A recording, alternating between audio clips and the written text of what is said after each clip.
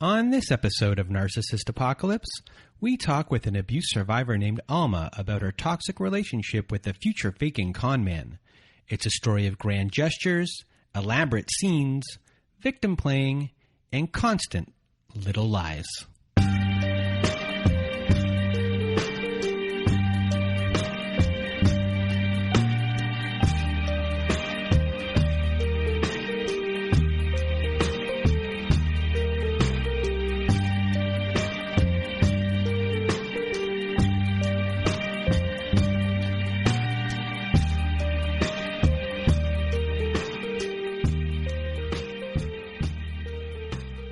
Welcome to Narcissist Apocalypse, everyone. This is a podcast that gives a voice to survivors of toxic relationships. I am Brandon Chadwick, but my friends call me Chad, and thanks for tuning in to this episode. So what is a narcissist, you may ask? Well, for the purposes of this podcast, we refer to a narcissist as anyone who has displayed a pattern of behavior that shows a limited capacity to appreciate others' perspectives. It is that simple. Now, if you want to be part of our show, please do go to our website at narcissistapocalypse.com. At the top of the page, there's a button that says Guest Form. Click on that button, and away we will go from there. And if you want to be on our show in a different way, to be part of our Letters to My Narcissist compilation episode by reading a letter yourself, go to our website at narcissistapocalypse.com. On the side of the page, there's a button that says Send Voicemail. Press that button, and it records up to 5 minutes. Press it twice, records up to 10. We are accumulating these letters for our Volume 6 of that episode. And if you do not want to read the letter yourself, and you want me or my old pal Melissa, who we haven't heard from in a while, hey Melissa, to read the letter for you, please just send it to narcissist I'm having a bad day. Please just send it to narcissistapocalypse@gmail.com and put Letters to My Narcissist in the subject line. And, you know, everyone, we have a Patreon. Our Patreon is like our community board. And there you can listen to episodes that have never made it to air, episodes with former guests, and more. We have our own support form on there as well. And we have virtual support groups every Wednesday and Saturday, and that's between 9 and 11 p.m. Eastern Time. So if you want to support the show, go to our Patreon at patreon.com/narcissistapocalypse. Another way to support our show is to become a sponsor of our show. Our groups, our support services, they are paid for on a shoestring budget. So supporting our show and becoming a sponsor helps us with our support services and to also reach a larger audience. Sponsoring an episode of this podcast is a way to make a really big difference, and you'll be helping thousands of survivors. So please do consider sponsoring our show. And our episode this week was sponsored, or is sponsored, by JJ. And a plain old thank you is not big enough for how much we need to thank JJ. Words cannot do my thank you justice. Your generosity has blown my mind, and we'll be building this community stronger thanks to you. So a big thank you from me and everyone listening. You've helped change so many people's lives, and just a huge, huge, huge thank you. So, you know, if you want to be like JJ and you want to sponsor next week's episode or multiple episodes, we set up a payment on our Patreon at patreon.com/narcissistapocalypse, and you'll get a special big shout out and a thank you at the beginning of each episode. And if you don't want to go through our Patreon, please email me at narcissistapocalypse@gmail.com for alternatives. And now we are going to start our show. This episode with Alma is interesting. It's not like other episodes in a certain way. There's no devaluation or anything kind of going on. This is a true like con person, and they really wanted to keep that facade kind of going up and didn't want the flow of whatever was how Alma was helping them to stop monetarily and all these other ways. So a big thank you to Alma, who didn't consider her story worthy of being on the show, but every story is worthy. And a big thank you to Alma for for doing the show. And now, without further ado, here is my episode with Alma. Welcome to Narcissist Apocalypse, everyone. With me today, I have Alma. How are you? I'm good. How are you? I'm good. Did I say it properly, Alma? Yes, sir. You sure did. It's Alma in Spanish for soul in English. All right. Well, thank you for being here today. And unfortunately, you are here. You know, you have been, I guess, a serial dater or relationship person with someone who is an abuser, is on the narcissistic spectrum of some sort. And, you know, you're here to share your knowledge, your story, and, you know, thank you for being here. Unfortunately, you're here, but you are, and I know you're going to help a lot of people. So, without further ado, Alma, the floor is now yours. Yes, thank you. So first of all, thanks, Chad, for this. I appreciate the opportunity to have kind of this discussion.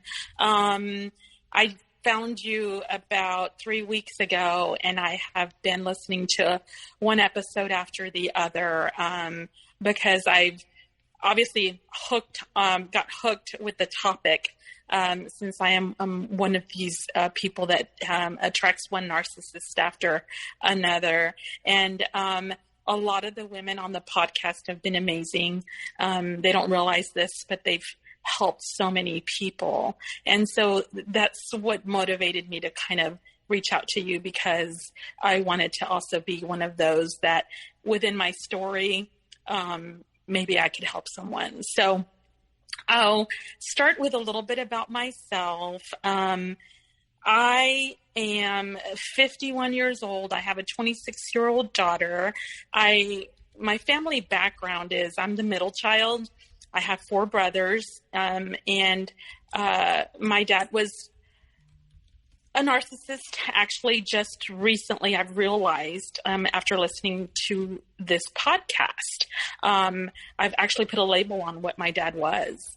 And so I was able to see my dad in so many of these stories and realize maybe why it is that I am what's the word I'm looking for?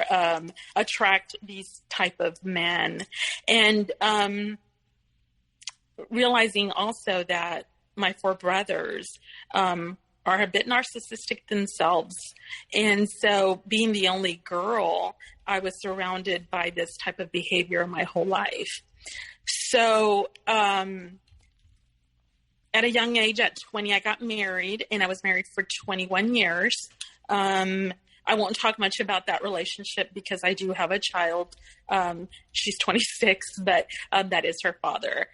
Moving on from the 21 years of marriage, I got divorced, and I attracted my first narcissist. And he's not the one that I'm going to speak of today, but throughout listening to all the podcasts stories, I've realized the levels of narcissism that I've been exposed to have not been anything in comparison to some of these women on here. I guess I should be thankful because some of these stories that I've heard through your podcast are just make your skin crawl. And I'm just thankful that it hasn't, I haven't seen that, and I hope to never see that.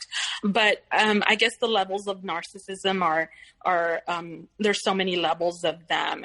And because of your podcast, I've realized of the differences between those. Nonetheless, I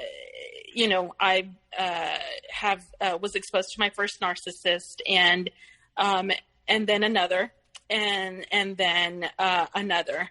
And so as I mentioned to my daughter a few days ago that I was going to record this podcast with you, she says, well, Mom, which one are you going to discuss tomorrow. And I said, so I told her which narc I was going to be discussing. And she says, oh my gosh, this last one you dated, he is the worst. But I don't think I'm ready to talk about that one specifically, because I think I'm trying to kind of sort it all out and trying to kind of balance myself out of that relationship. But with the one that I'm going to discuss with today, I felt like I have dealt with a lot of the issues that transpired, and also that I've healed from that. If that sounds okay. I don't know. Obviously, if I attracted another, I don't know if necessarily healed is the right word, but I did get out of that one. And I guess the point of this story is that there is an out, and you just have to be brave and be strong enough. So, okay. So after that, just 1 second. So let's just say here that you had 3 different narcissistic partners, and we're going to talk about number 2 today. We are going to talk about number 3 today. Oh, so you had 4 narcissistic partners, and we're going to talk about number 3 today. Yeah, so keep in mind, I was raised in a Hispanic household. I was raised to believe I was going to get married once and be married forever with this one person. And that was my philosophy too. I was going to be that person. I was going to grow old with this man and have grandchildren and all those things. So after my marriage, I never thought I would move on to one man, a second man, a third man, or a fourth man. That was not my plan for myself at all. My plan was to have, as initially I said, to be with this one person, but it didn't happen. And so, yes, this is the third narcissist in my life. So I met him through a mutual friend. My friend and I have we've been friends since we were in middle school. She's been in my life for 30 plus years. And she was in town visiting. And so she says, hey, I'm in town. We're going to get together at my sister's house. I'd like for you to come. And I was like, great. I can't wait to see you guys. This is like her family was my family. We just kind of all grew up together, hung out. And so I went to their house, and she says, hey, do you remember, I'm going to call him Sal. Hey, do you remember Sal? And I was like, no, I don't remember. And she's like, he lived right up the street. He used to hang out all the time. And I was like, no, I don't recall. And she says, well, he's coming tonight. And, he's recently single. And so I was like, oh, okay. I was really not too interested because I had just in May prior, had gotten out of a relationship, and this was now July. And I was like, done. I was just completely decided I was just going to take a long break and just get to be me again, get to find myself again. And so, shortly thereafter, he shows up to the party, and he walks in with the, Cheesecake Factory. It's a restaurant here in Texas. And the minute he walked in with such confidence, and he was just so excited to bring us this cake. And so immediately I was attracted to him just by his confidence, the way he carried himself. I just immediately was tuned in. So we're sitting there having dinner. We introduce, he gets introduced to everyone, comes around and, says hello to me. I could totally tell when he shook my hand, I felt this energy that was just a lightning bolt feeling. And so I was like, oh my gosh, that was shocking. And so that was that. As the night progresses, my friend says, where did Sal go? And so we're all looking for Sal, and Sal is nowhere to be found. And so we look outside, his car's gone. She calls him, and he's apparently left the party, didn't tell anyone he was leaving. And that was that. I remember sitting at the dining table thinking, oh gosh, he's gone. I really wanted to get to know him better. Like I wanted to impress him. Darn it, he's gone. Oh, well, you win some, you lose some kind of thing. And so he left, the night went on and the party was over. I said goodbye to everyone. About a week later, I get a text from my friend's sister, which that night we were at her house. And so she says, she sends me a message via Facebook and she says, hey, Sal reached out to me today and wanted to get your number. And she says, he asked me about you and I just wanted to make sure it was okay for me to give him your number. And I said, yeah, that's fine. She goes, well, here's his number in case you want to text him. And so I was like, oh, I'm just so old fashioned and I'm just like not the one to be the chaser. And so I was like, I don't know if I'll reach out to him. If he's interested, he'll, just kind of reach out to me. And I wasn't ready at that time. I mean, I knew that I felt that initial energy between us, but I don't think I had closed the past relationship to be able to move on to another. So, sure enough, she gave him my number, and within minutes after that, he began texting. And so we began just kind of getting to know each other via texting. He was a military man. He kind of checked off all the boxes, like actually every single box almost that I had. And I know that sounds kind of strange, but at the age of 47, you have these boxes, right? You want to trade up, not trade down. And so I kind of in my mind had already sorted, what I wanted and what I didn't want. So and what are those wants? Pretty much someone stable, someone who had, a career, who was intelligent, who was articulate, chivalry was huge for me. Like I said, I'm old fashioned. I grew up with 4 brothers, and even though they were narcissistic and still are, they were very, chivalrous to me. I mean, I was the girl and I was spoiled and, they did these things for me. And so I just kind of grew up, being treated that way. So, chivalry was important. I wanted a person that was sociable, that could because I'm very social. And, I have friends from all walks of life, all colors, sizes, and shapes. And I want someone that's going to, fit into my life.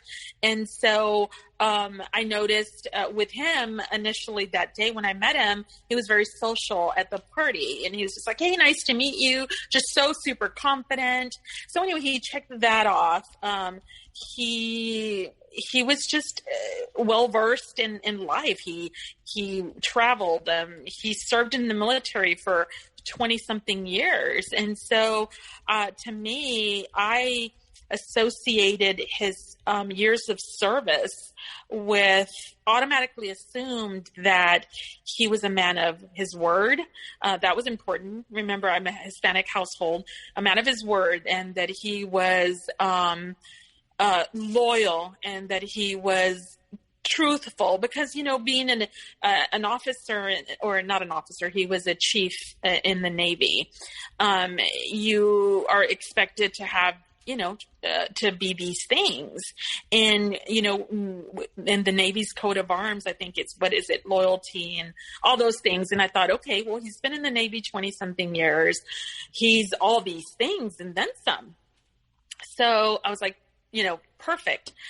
So, anyway, so like I said, we started getting to know each other and via texting. And so, I know this sounds kind of strange, but one of the things I always asked, was if it's just being silly, I guess, through conversation, is, do you have a pocket knife in your pocket.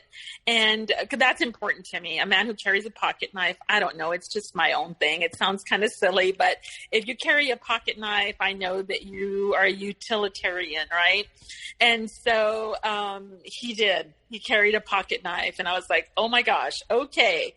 So we go on and conversing and everything, and he's like, hey, I really want to come out to your house. Let's do dinner. Because I lived kind of outside of San Antonio. So he says, let me drive out to you.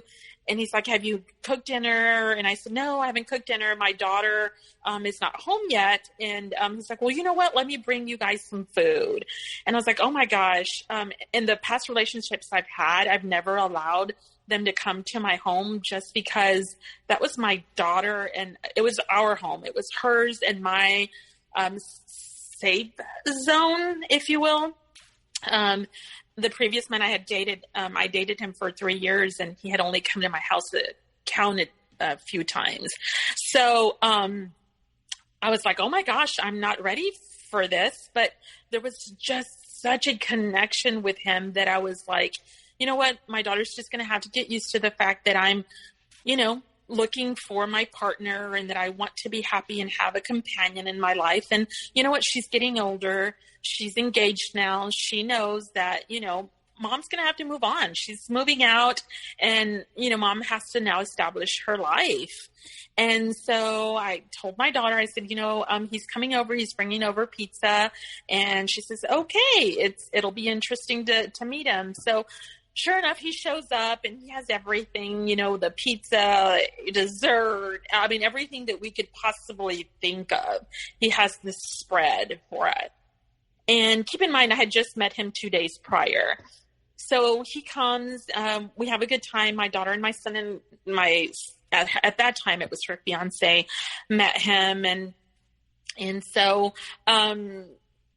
he came in and when he introduced himself, he just kind of introduced himself as hi, I'm, Chief Sal. And my son-in-law, who is also Navy, CB, was, impressed, obviously, because he was in higher ranks within the military. So all night long during dinner, he kept emphasizing how he liked to be referred to as chief. And so my son-in-law kind of was, even though my son-in-law was in his early 20s, he's an old soul. So is my daughter. And so they're very, very mature for their age. And actually, sometimes they can be somewhat of a parent to me rather than the other way around, just because they're just so solid in who they are. And so anyway, my son-in-law right away just kind of, I could tell just by their body language that they were just not having that connection with him. But I sure was. So I was smitten. I was highly impressed with the fact that he wanted to impress my kids. And I refer to my kids as my daughter and my son-in-law because I only have one child. So I was highly impressed that because that was important to me. It was important to me that this person that I was looking for to be a grandfather one day, to be that stepdad, even though my kids are grown, still to have that type of influence in their lives was important to me, not only for myself or my personal check boxes, but also to be that person. And so I was trying really hard to make that whole situation work to where they clicked on the first meet. So I could tell by their body language they didn't. So I kind of was trying to finish up the night. And I said, okay, well, so I walked him outside. And I thought it was so funny because I didn't know what kind of car he drove. And he drove this fancy Camaro. And his license plate was personalized. And it said cruisin'.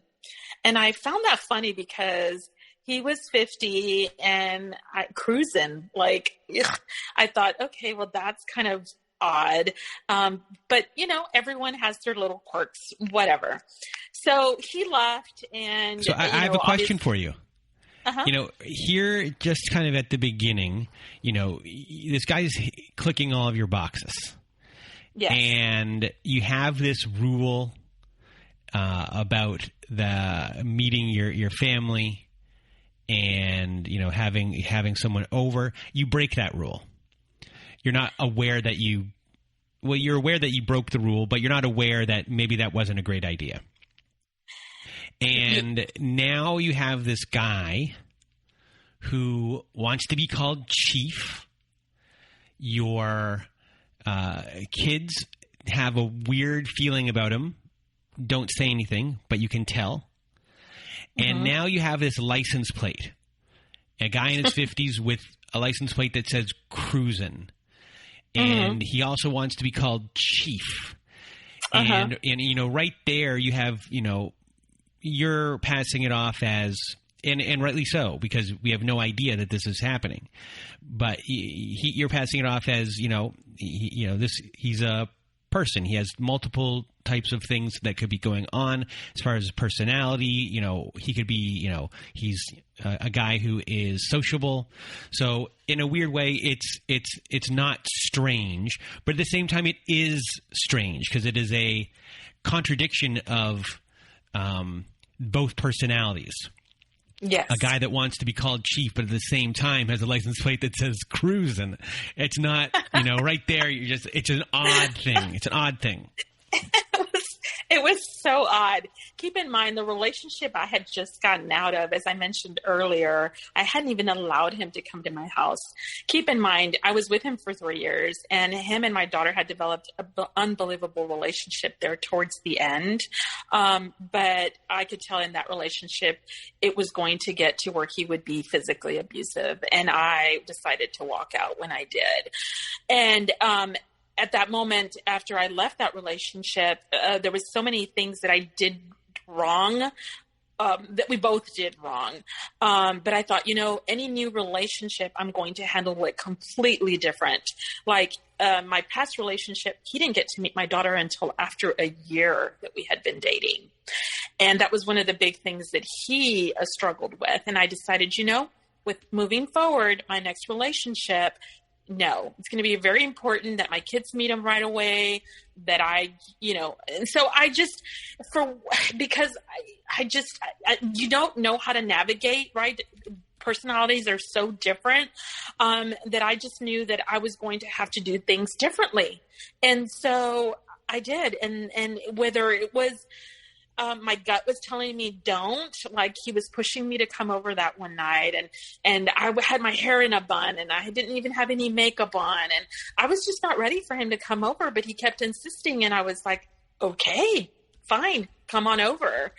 And so, so yes, the license plate, he takes off and he kind of peels out of my driveway with his cruising license plate.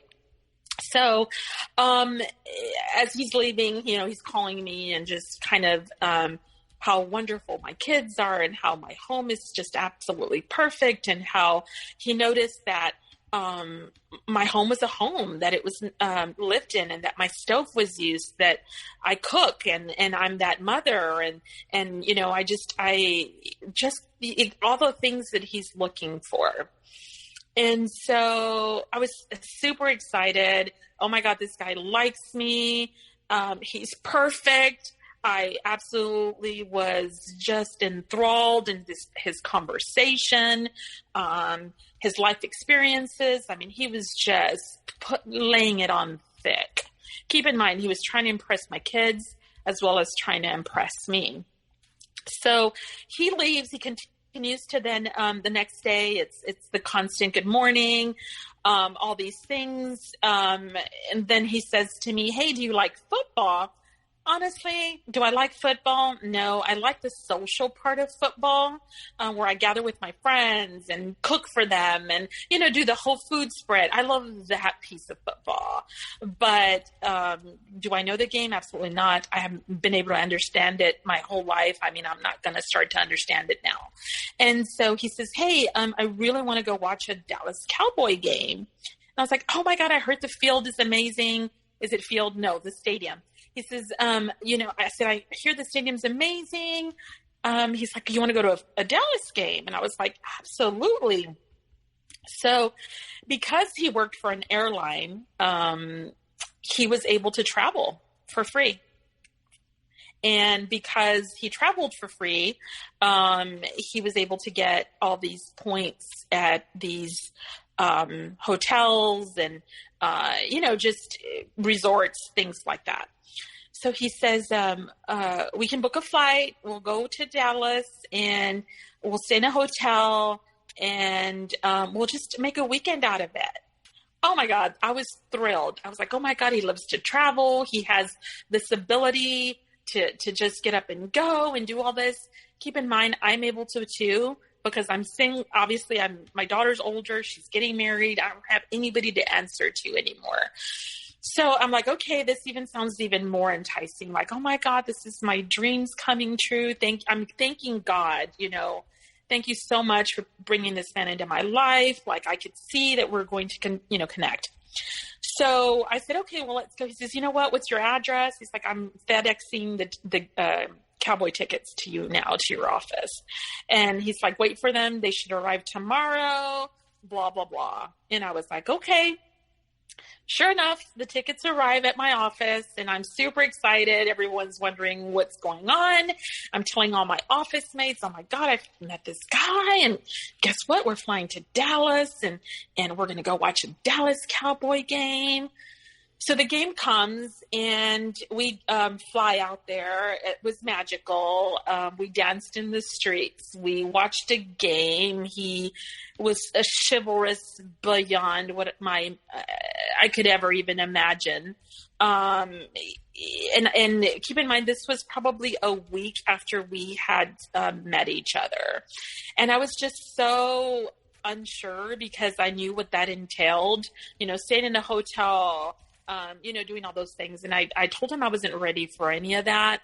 I made him, understand that I wanted a room with 2 beds and I was going to sleep in my own bed and, just kind of try to set my boundaries.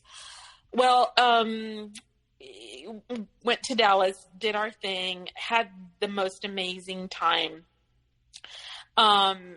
So we get back and he then begins to continue to love bomb me. Just how amazing I am, how beautiful I am, how I'm just a complete package, and how I'm everything that he's been looking for. And I'm just like feeling ecstatic about it. I'm just like, wow, like I'm that good, So he says to me, because I'm a good cook, I'm trying to now impress him. They always say, right, impress a man through his stomach. And well, that's what we Latinas believe anyway. So then I began to just cook these meals, and I would drive them to his place of employment and just have dinner with him in the car. And so this was now the second weekend. And so I started doing that pretty much not every day, but every other day. And I was taking him meals and because I was trying to impress him too.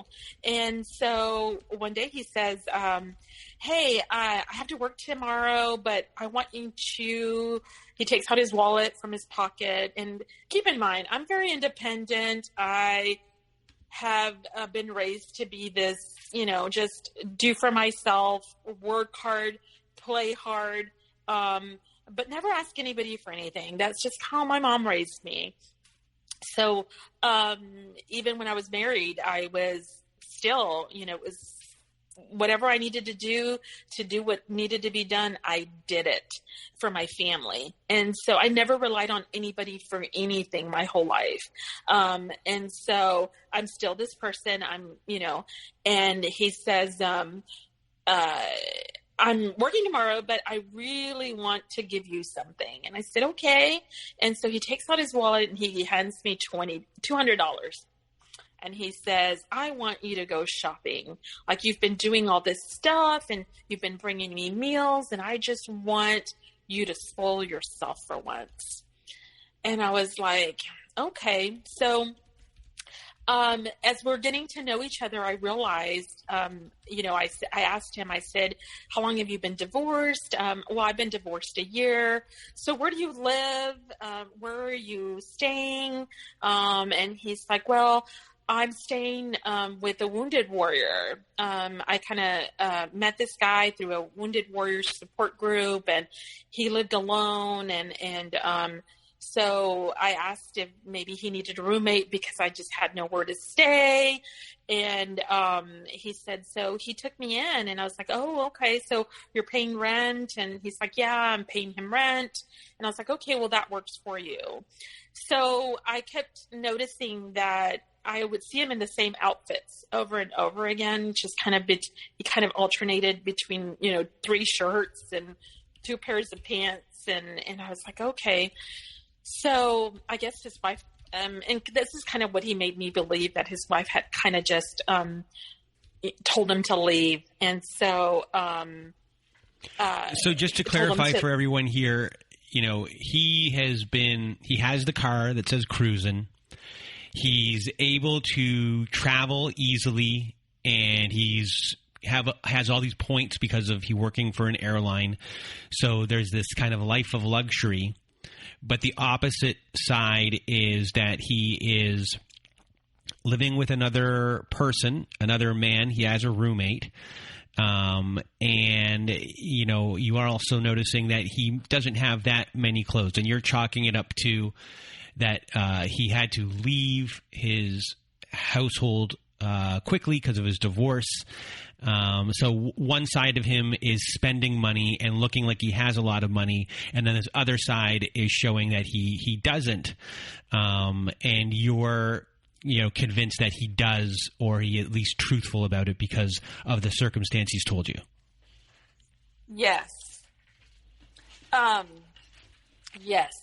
So yes to all those things. And so I'm like, oh my God, this is horrible. How could she have just kicked him out? He's worked his whole life. He's a military man. He's, done so many tours, and how could she be so cruel? Anyway, so I'm assuming all these things because of the stories that he's been feeding me. So, anyway, so he gives me the $200, and he says, I get off at 11 tonight, so is it okay for me to come over after I get off work? I said, sure, call me, let me know, and I'll let you know how my day went, and we'll plan it from there. So I go to the mall, and because I am a very giving person, this has just been me my whole life. I've always been a giver. I've always been the lifeline for everyone. If someone needs something, I'm the person to call. I'm the person to calm the situation, just kind of to be that shock absorber for everyone. That's been my role my whole life. So I grab the money, and I'm just like, okay. So I go to the mall, and I start shopping for him. I buy him pants, I buy him shirts, I buy him socks and underwear, and I'm thinking, just he deserves to look nice. He has an important job at where he works, and he can't be wearing the same outfit over and over again. So that night he comes over, and I was like, hey, I've got a surprise for you. I'm so excited that you're here. And oh my God, look what I bought you. And I got you these pants, try them on. And so he's having this fashion show for me. And because I'm wanting him to feel good, he served our country for 20 years. I'm doing my part and appreciating what he's done and all these things. And he's like super ecstatic that I had bought all these things for him. And he says, you just passed the test. And I was like, oh, there was a test? And he was like, yeah, I wanted to see what you were going to do with that money. I wanted to see if you were going to spend it on yourself or what you were going to do with it. And I said, well, that's just not who I am. I mean, I make my own money. I don't need your money for anything. So I can buy my own things. I have my whole life. And so I surely don't expect you to come in and do that for me. I don't need you to come in and save me. So then that happened. And so obviously the love bombing continues. He then begins to adorn me with all this Navy stuff. Like I was some prize of, a lapel and a lanyard and, a Navy hat and a Navy shirt and, just everything. He wanted everyone around me to know that he was, kind of labeling me, I guess. I don't know if that's the right word to say, but so I was being supportive. It's whatever made him happy. I was going to be his biggest cheerleader, and that he was never going to feel less of a man or less of a person when he was around me, because I've always been that uplifter. I'm always the one to say, you got this, you can do this, baby, you got it, whatever, I'm there right there for you, whatever it takes. So he picked up on that right away, and he knew that I was going to go whichever direction that he went. Keep in mind, I had felt the most comfortable with him.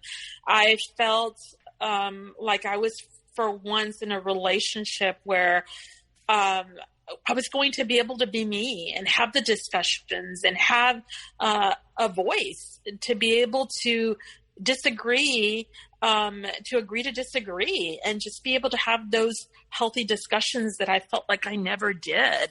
I mean, that relation, it just was so easy. And I had never felt that before. So, when you talk about that line, what's the term that you use? Hook, line, and sinker. Mm-hmm.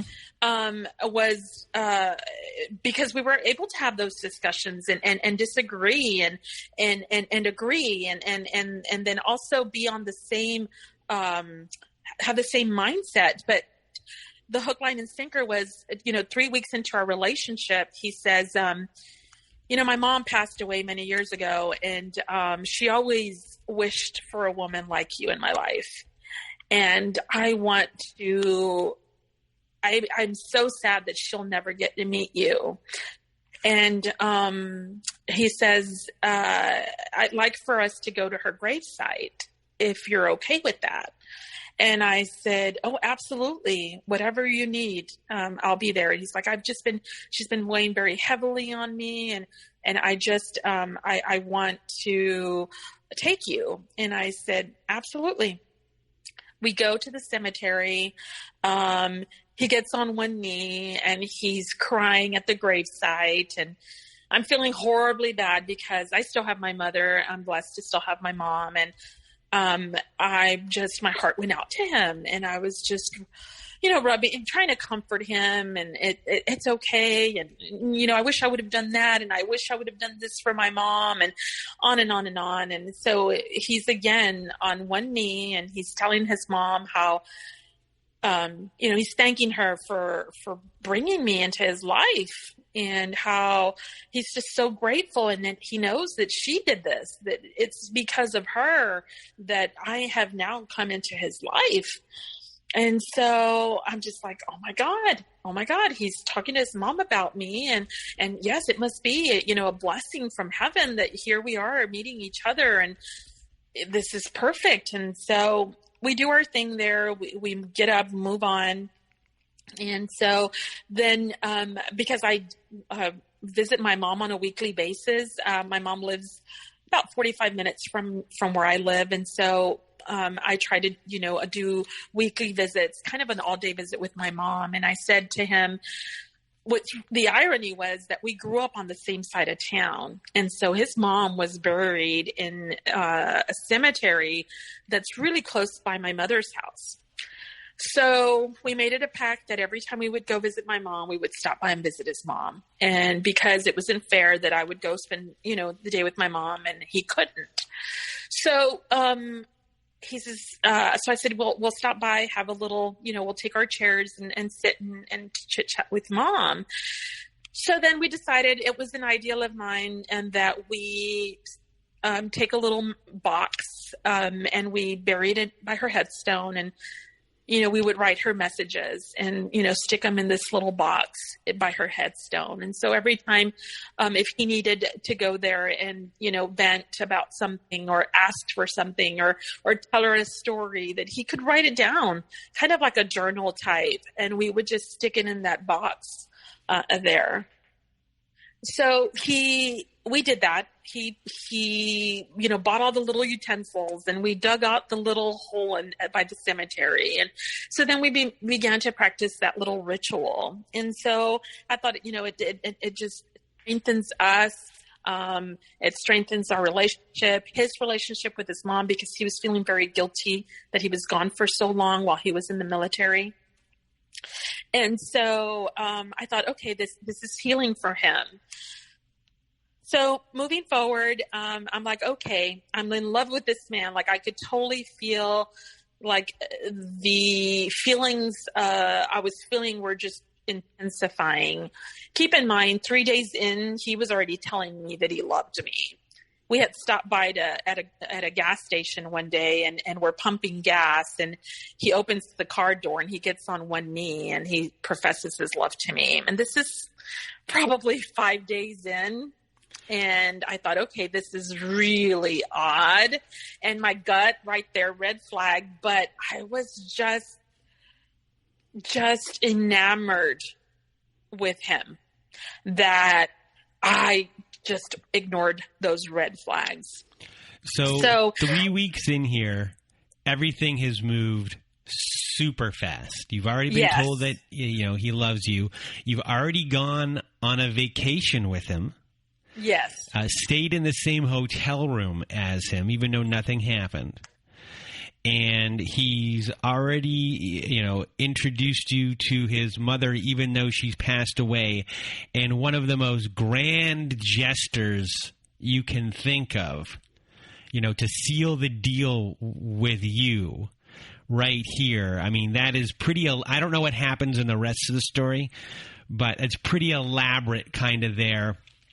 And, the red flags that might be there, you've noticed a couple weird things, but everything else is so powerful, you're giving the benefit of the doubt in the situation. And, now you are, really at this point, anything can happen. You're in.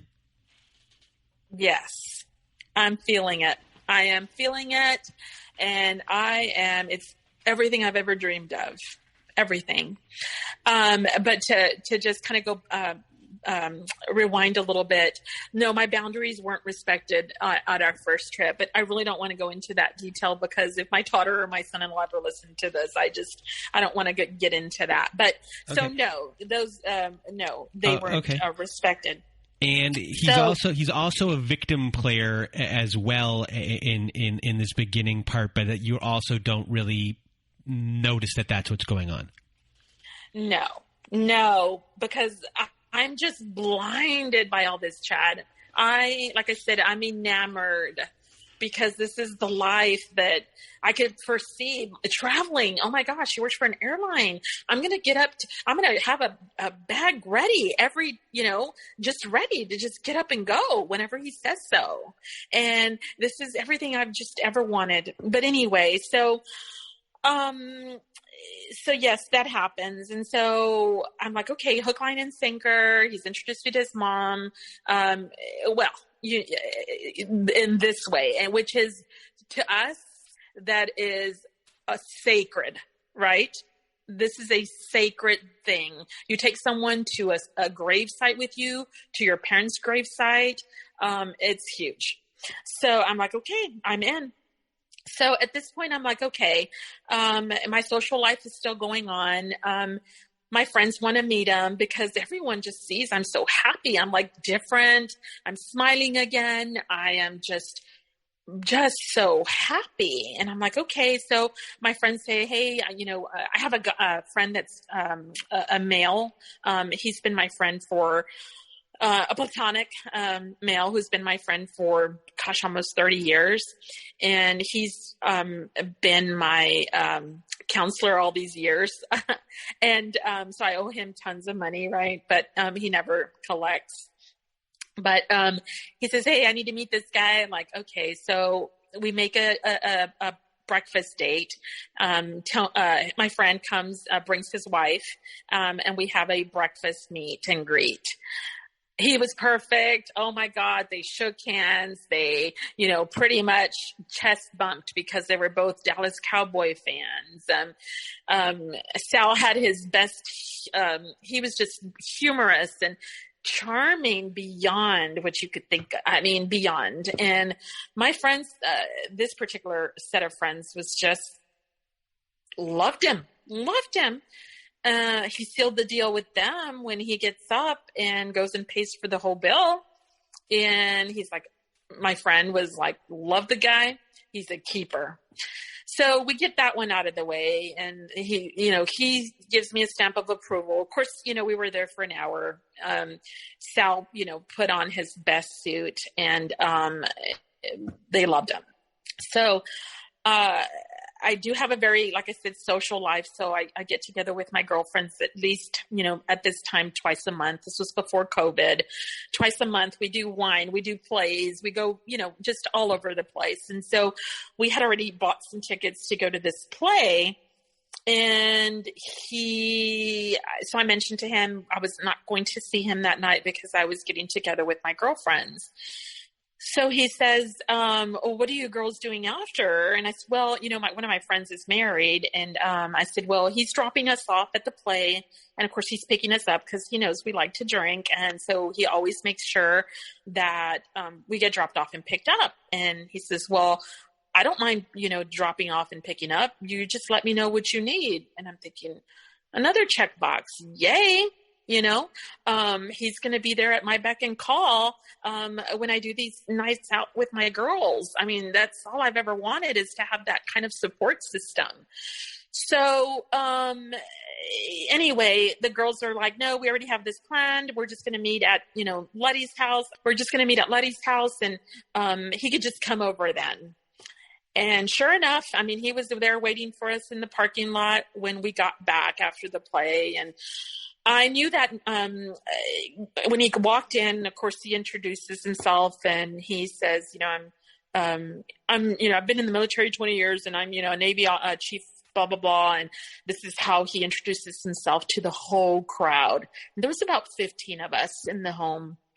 And my friend's husband had always prepared meals for us so that when we got home, we always had something to eat because we had the munchies or whatever. And so, of course, then he comes out and meets him and they shake hands. And again, he introduces himself as, being in the military for 20 years and he's a chief and da-da-da. And so I knew, because I know these people, they've been in my life for so long, I can always tell, their body language. So I knew right then and there that he rubbed my friend Letty's husband the wrong way. Like I knew. And it was so important to me that they get along because these are my friends that I hang out with pretty much, every other weekend, or our families have been in each other's lives for 30 years. And it was important that they like my guy.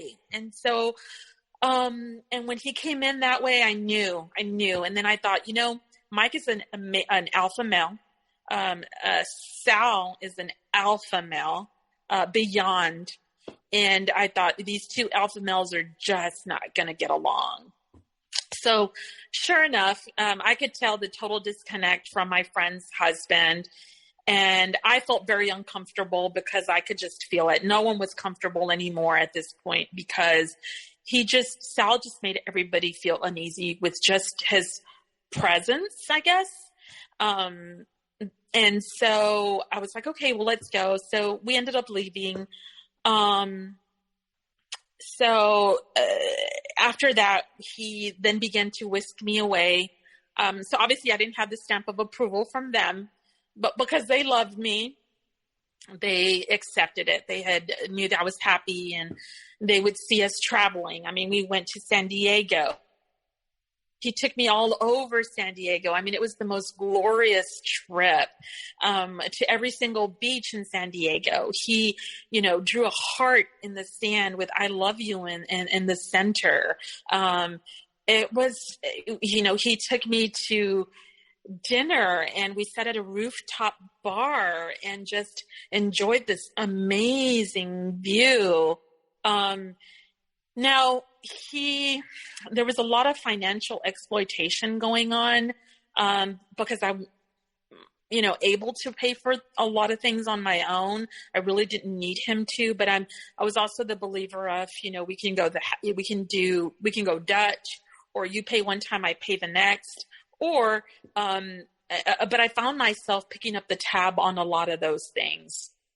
So, even though they were extravagant things, or things to do, I found myself, reaching for the wallet when the bill came. So, I guess he felt because I got to fly there for free and got to stay there for free at the hotel that I needed to pick up, on all the tabs. And for a while there, I was like, okay, well, yeah, you know what? That makes sense. I'm getting here for free. I'm doing this and because of all his, perks, I guess. So, on that trip to San Diego, he says, hey, ship so-and-so is on dock. He says, let me go out there and see if we can get a tour on the ship. So we walk up to the entrance. And he introduces himself. I'm Chief Sal, blah, blah, blah, blah, blah. And, oh, yes, Chief. And he's like, I'd like to see if I can get a personal tour. Is the captain on here? Blah, blah, blah. Keep in mind, this is a month in. We've already taken 2 trips. A month in San Diego, and the trip of my life. I had never been. And now we're here at in front of this humongous, ship, Navy ship. And he is getting us a personal tour on this ship. So we get, 2 of the young, I don't know, enlistees. I don't know what you call them. And sure enough, we get a tour.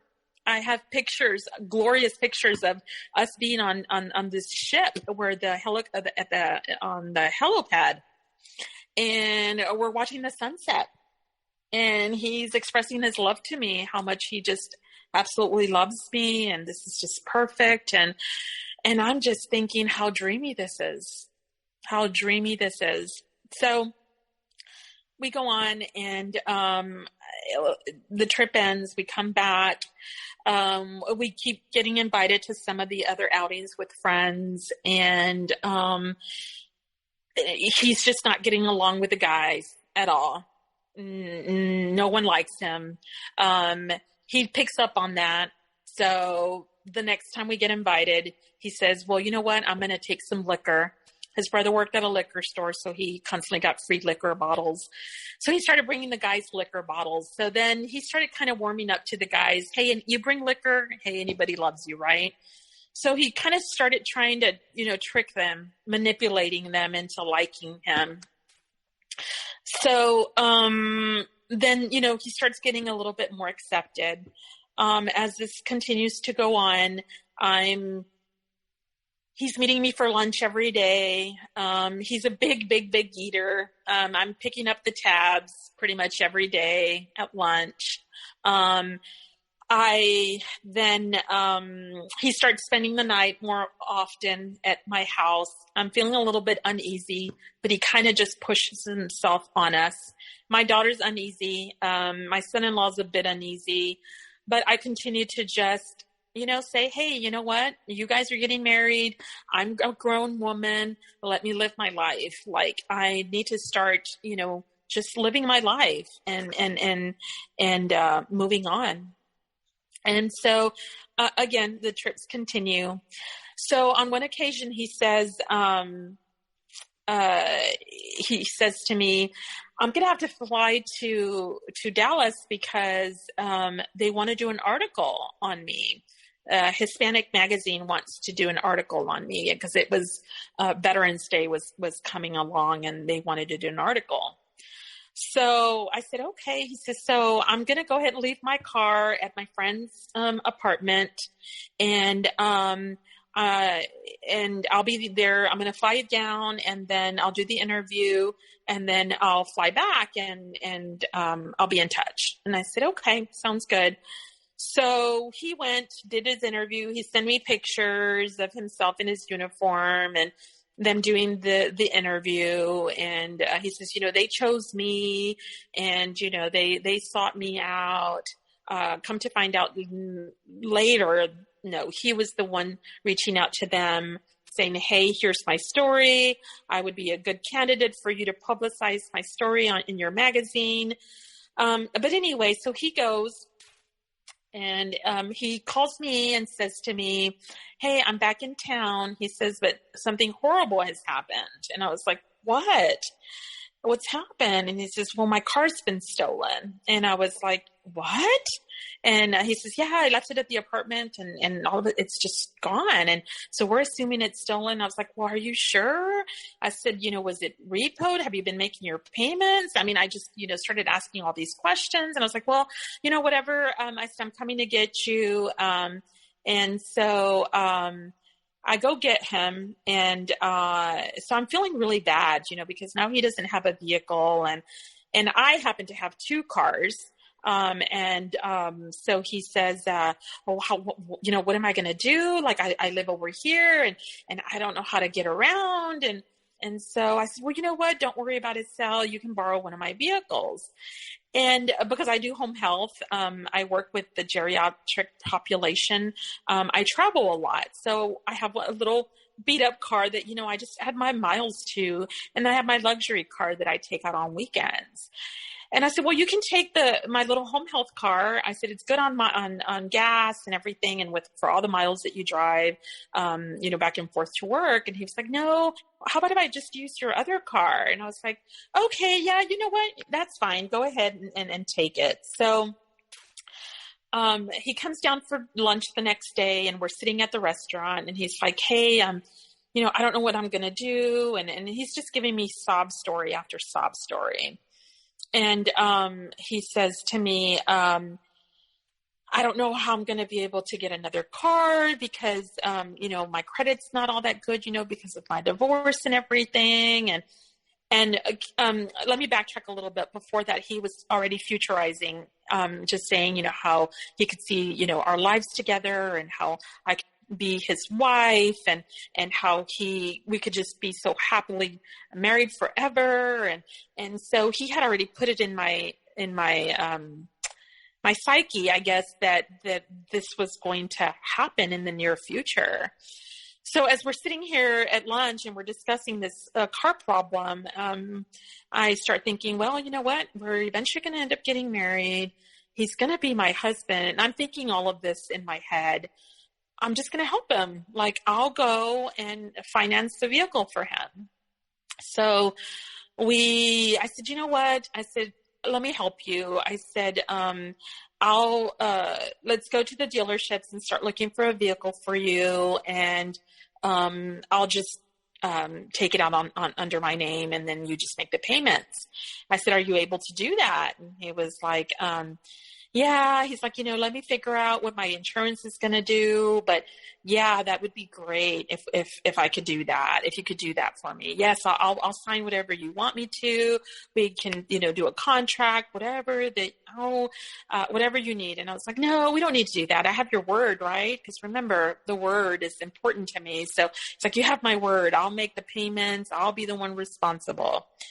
So we started going to dealerships, and I said, you know what? I want you to keep it within, $12,000 to $15,000, not more than that. And so we start looking around, and he starts looking at these highly expensive vehicles. And it's like, well, I was thinking if I buy one of these, it'll probably break down. It won't last me for long. And so I was just thinking, why don't we just, get a newer vehicle? And I promised that, I'll pay for it.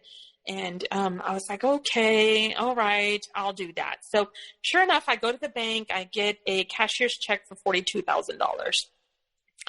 I said, whatever it is that you need, we'll get it done. And keep in mind, I'm way smarter than this. I know better. Like, I am, but what I realized listening to your podcast is it's not about being smart. right? It's not about whether you know better or it's not about your intelligence. It's about just how they manipulate you to believe that, you know, they're going to give you the life that you've been wanting your whole life. So you have been set up here very well. Yes. And at the beginning, there were red flags. At the beginning, you know, boundaries were crossed, and, you know, he tested boundaries. Even his test, he even said it out loud. This was a test to see what you would do when he gave you that money. He's been showing you one thing where in reality, I don't know the extent of it yet, or we all don't know, only you do right now, of really his real situation. And, you know, you have bought into this future that he's now promising you. He's everything on paper. He is $1 million. You know, he's in reality, you know, he is up there. You know, the biggest red flags are your friends and your child and your child's husband who were repelled by him. And you know, they're happy for you, but, you know, you're being set up pretty good here. And now here is a move you're making that, you know, we're what, 2 months in? Yes. 2 months in. So I was going to ask you this question, you know, besides the future, you know, that you're being given, how much is guilt playing into this move? Guilt as far as well, you know, feeling, you know, his victim playing, like you're feeling bad about like where he is, his wife, he's in the situation, you know, I don't want the car to break down on me. You feel guilty. Oh, this car might break down on him. Yeah. You know, like, oh, he's really needling in on, you know, you offered an inch. He just asked for a mile. Yes, absolutely. And you know what I mean? And here is... And it's the guilt, I think, that might be driving it. So I'm asking you. Yes. And here's my way of appreciating someone who has given his life for his country. This is me doing my civic duty of helping a disabled veteran, you know, a disabled retiree who, you know, has done so much for us, for me, for my family, because he's been out there serving. And the least I could do is help him a little, you know. What's $42,000? You know, obviously he had given me his word he was going to pay for it all. So I believed him because he was a man of service, and he was a man who stood for this code of honor, you know. And I had no at that point, no reason to doubt him. My friend and her family had known him his whole life. Okay, how much more confirmation did I need that this was a decent human being? So this was me doing my civic duty, me giving back, and you know, why not? I was falling in love with him. He was going to give me the life that I so wanted, not financially, not materialistically, but fulfill me in ways that I had never felt fulfilled before, whether it be conversation, whether it be traveling, whether it be the chivalrous manners. I mean, I could tell you things that you'd just be shocked at what he did for me, and other girls would be jealous listening to my story. And so I was just, like I said, enamored by everything that he did. And so I've got like a little outline here that I'm kind of going by. So I'm sorry. So I did notice he struggled with insecurities a lot. And so because he had as a child suffered from polio, so he had a limp to his left leg, and his left leg was smaller than his right leg. So he had this limp. And I have scars from some surgeries. And that was another thing that bonded us, was that because I have so many body image issues, that he has body image issues, but he felt so free with me.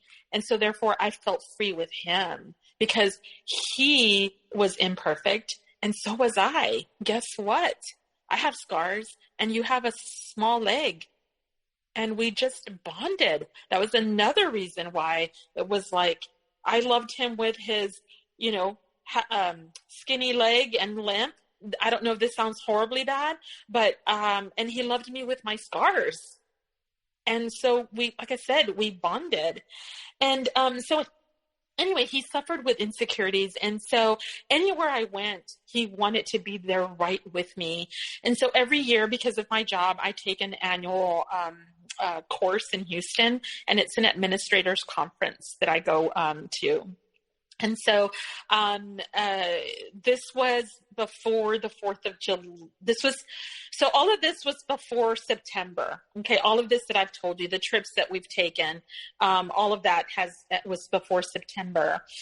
So then comes August. I had a trip scheduled with my girlfriends to a winery in Fredericksburg. One question, just one question before we just remember winery before Fredericton.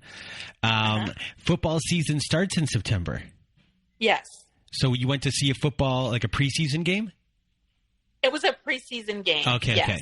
Just because I'm going to get questions about it. Yes, and if I don't, yes, it had to have been a preseason game, because I remember it was very soon after we started talking that he FedExed me some tickets. Okay. Yes. And so I promise you I'm not lying. I know, but sometimes people send me emails, and then just so they don't send me emails, we'll just answer the question before it happens. Yes. Good point. Good catch. And so,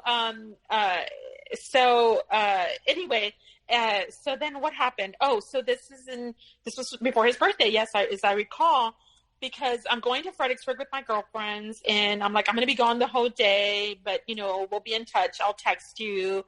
He says, well, before you go out, I'd really like to get to see you and give you a hug and a kiss and just wish you well. I was like, well, we're at the HEB out here by blah, blah, blah. If you want to come, we're here. And so picking up some things, last minute things. So he shows up in the parking lot, and I'm like, oh my God, he really does love me. Like, he wants to see me. How sweet is this? He wants to, just wish me well. And so he does. He shows up, meets my other girlfriends. They don't really get a good vibe from him either. And of course, the whole trip, they're talking to me about this. And I'm just like, you guys don't know, like, all the stuff he does behind closed doors, the things that he says, like, give him a chance. Like, I know he comes across a little rough, or a little, what's the word? Conceited, I guess, is, for lack of a better word, full of himself, I guess. Because at that time, I really wasn't familiar with the word narcissist. That term, I wasn't familiar with it at all. And so I was like, just give him a chance. Cause I'm that person who gives people 10, 15, 20 different chances my whole life. So I was like, just give him a break. So we go to Fredericksburg, do our thing. And so come back, check in with him. Hey, I'm back. We had a great time. And then he ghosts me. He disappears. I text him. He doesn't respond. I'm not a seeker at all. I was just dumbfounded. How? This was going perfectly. Like, all of this was everything. We had just gone to San Diego. We had done this, and it was just, dreaming. Everything that we've been through. We've danced on the streets, with the moonlight. And what happened? Like, oh my God, I must have really upset him. So after two texts that I sent him and one phone call, he never responded. I just was like, okay, this is it. I'm done. I'm not going to be, seeking him out.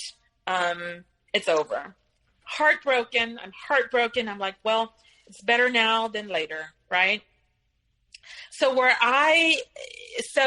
then keep in mind, we still hadn't, bought the truck yet because we were still kind of in the talks about it. And so we hadn't really made that purchase yet.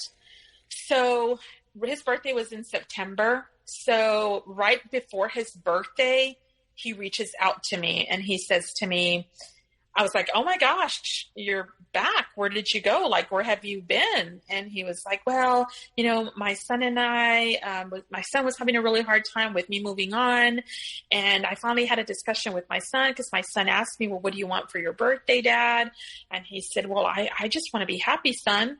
And he said, okay, Dad, be happy. And he says, well, I met this woman and I really like her.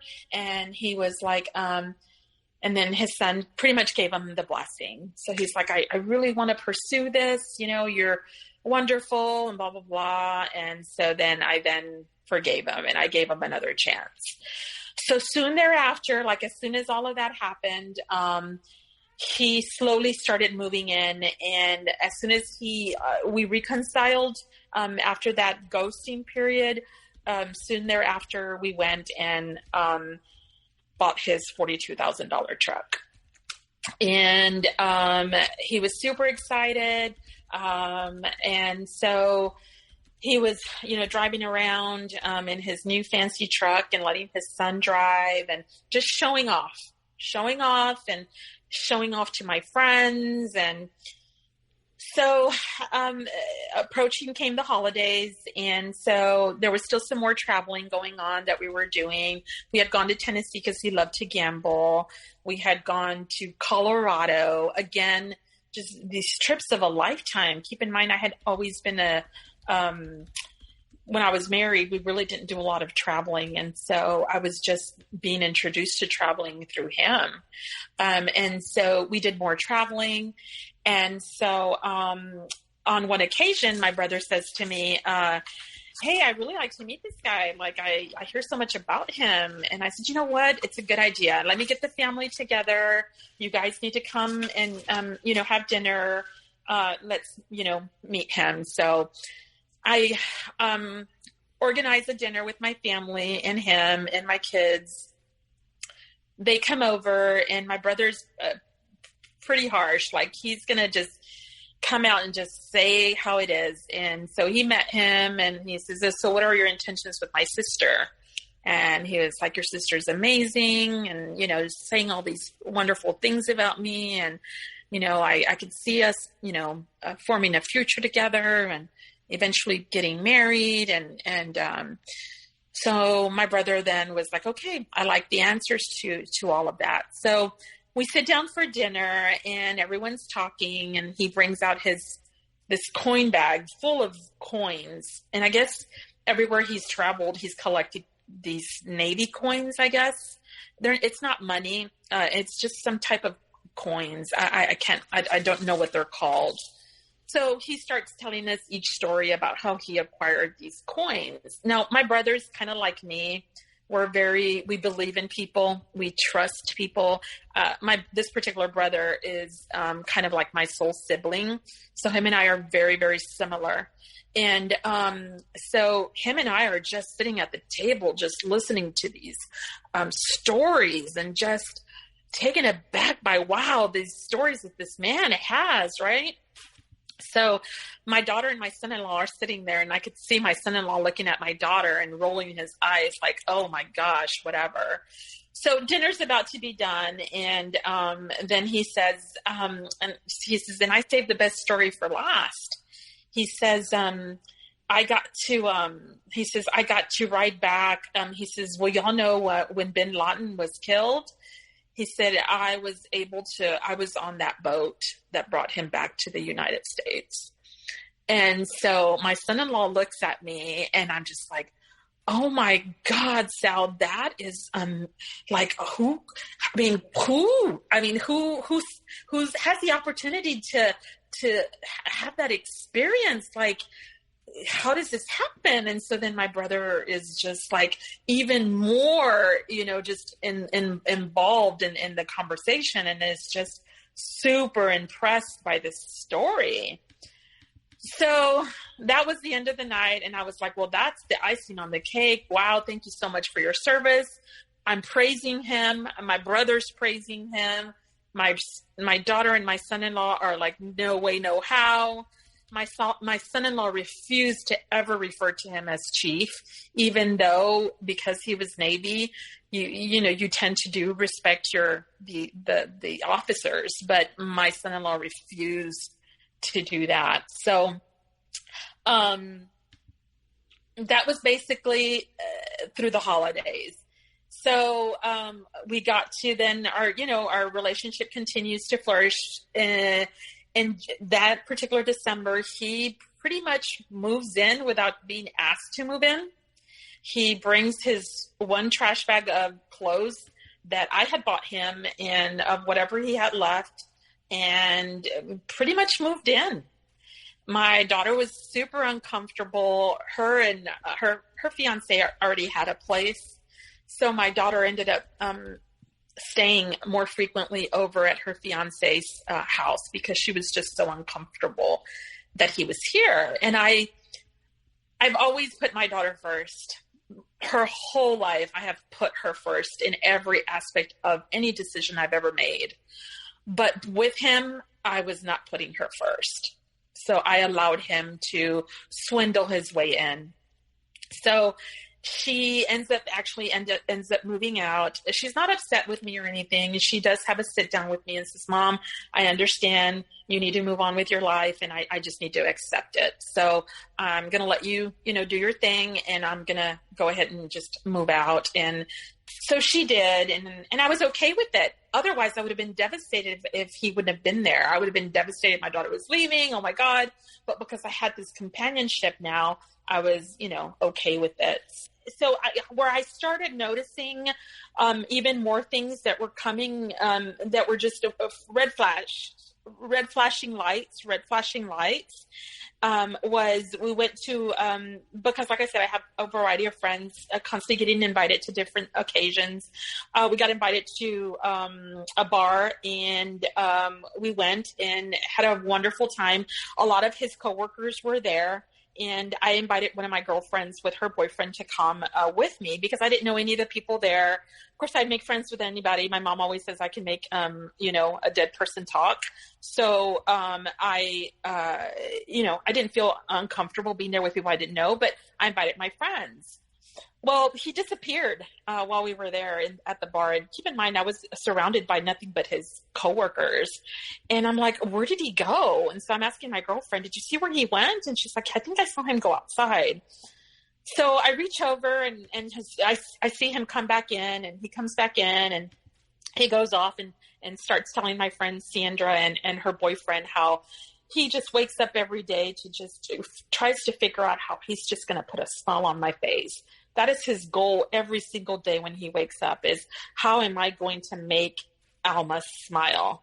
Like, how am I going to do this? And so, of course, I'm looking at my friend Sandra and her boyfriend, and he's rolling his eyes like, really, dude? Like, how fake is this? Like, this doesn't even sound real. So he noticed, obviously, that disconnect, and he then gets up again and walks outside. Again, I noticed he's gone for another 30 minutes. I'm like, okay, I'm going to go find him. So I go around, and he is like, you can just picture this. He's sitting outside with one of his legs on top of the table and, just his arms crossed. And he has one of the young ladies that he works with sitting on the chair where he's obviously towering over her, looking down at her. Keep in mind, he's 5'4", 5'5", not really tall, but he's sitting on the table, and she is gazing at him. And so I glanced out, and I'm like, hey, what are you doing? We're all in here. Like, why are you out here? And she's like, oh, he's just telling me his stories about, when he served and da-da-da-da-da. And so she's just, like I said, gazing over him, and she's much younger than we both are. So he's like, I'll be in just a minute. So at this point, I'm irritated. I'm not the jealous type at all. I'm the type of person that likes to be all inclusive, because I have this friendship with a male person, I know that there's relationships that can be had that, can be platonic. So I know all this. And so I'm like, okay, this just did not feel good to me. So at that point, right then and there, that occasion, I realized, okay, there's something wrong here. Like I felt it in my gut. So we leave the bar. I didn't really talk to him very much that night. He was very upset with me because I embarrassed him in front of people. And so on our way back, he was pretty much scolding me. I am, Chief Sal. I mean, I'm not saying that that's what he said, but that was just kind of his persona. He went into that, I'm Chief Sal, like I am a man of honor and a man of my word. Like, how could you even think that I'm flirting with anybody? So he leaves. 30 minutes later, he comes back and we hash it out. Obviously, he realized that, he had this truck. It was under my name. There was going to be, repercussions for this. So he comes back in. We work it out. We continue to then, mingle with our friends, whoever was at this point inviting us to come, because at this point, the invites were getting less and less and less. My kids really didn't want to hang out, but I begged my daughter to just please be a little bit more accepting. He's just different, but he's so good to me. Like, I'm happy. Can't you see, I'm living my best life. Like I'm traveling, and they see my pictures on Facebook and all these experiences I was having. And my daughter was like, had a conversation with her fiance and said, we need to just be accepting, my mom's happy. So he says to me, he starts getting more serious, and he then says, I would really like to consider, getting married. And he's like, but, I don't have any money to buy you a ring. And I want you to have a bigger ring than what my ex-wife has. And I was like, okay. And he's like, so do you think that you can finance the ring for me and I'll just make the payments? And he's like, and so I'm just like, oh my gosh, I don't know how I feel about this. We've already got this loan for the truck. And now you want me to finance this ring? And keep in mind, it was like, I was thinking, oh my God, that ring is for me. I'm going to get to keep it. If something goes wrong, I'll just keep the ring. So, I said, well, he says, well, I'd really like to talk to your daughter about this first. And so I was like, okay. So he says, I need to meet up with your daughter so we can have dinner and I can ask for your hand and have that discussion with her. And I said, okay, well, here's her number. You can text her and, y'all can make those arrangements. I said, but, he says, okay. He says, well, I want my brother to come over so we can have that discussion with my brother and his wife as well. And so I was like, okay. So they came over and they were outside barbecuing, him and his brother, and his sister-in-law and I were in the kitchen. And so she says, so everything's going good? And I was like, oh my God, I'm the happiest. She's like, I see y'all traveling all over the place. Y'all look really happy. Y'all look like y'all are just a match made in heaven. And I was just, agreeing with her about all this. And she says, so let me ask you a question. She says, did he ever get divorced? And I was like, what? And she was like, yeah, did his divorce ever come through? And I was like, he told me he's been divorced for over a year. And she was like, I don't know. Maybe, I should just stay out of this. And I thought, oh my gosh, really? So the night continued. Of course, I didn't approach him then. We ate dinner with his brother and his sister-in-law. They left. I said, hey, your sister-in-law made a funny comment to me today. And it just kind of threw me for a loop. She asked me if your divorce had gone through. And he was like, yeah, it's gone through. And I was like, oh. I was like, okay, so when was it final? And so he couldn't really answer me. So I went to bed that night and I was just like feeling really uneasy with everything. And I was just like, oh my God, this just doesn't seem right. So the next morning, I asked him, I said, you know what, Sal, I'm not feeling comfortable with what's just transpired. Your sister-in-law, what she said, it's just left me very uneasy. I said, I want you to show me your divorce decree. I want to see your divorce arrangement, your within regards to custody, within regards to all those things. I said, because if we're going to be getting married, I need to know where you stand financially, because, you know, my finances are good. Like, I'm stable. My credit is good. I'm super stable. And I just do not want to get myself into any type of situation without at least knowing about it. And he's like, okay, I'll get you the divorce decree. So days went on. He never showed up. He was deflecting. He was added me to his travel card and added me to, you know, Southwest Airlines, to where I could just travel anytime I wanted to. I didn't even need to be with him anymore. I could just walk up to the counter and say, my name is so-and-so and I need a ticket. And so he was deflecting. And so then I forgot about it. And I said, okay, you know, he's making everything so easy for me. And I just, you know, did what he did. And so that was that. And so come to find out, months later, he was not divorced. He was still married. And he and I had been already living together for 6 months at this point. So then I mentioned to him that, oh my God, I've been living with a married man. This goes totally against everything everything that I am, my values, everything. I just can't believe you've done this to me. So then he files for divorce. Sorry, one question.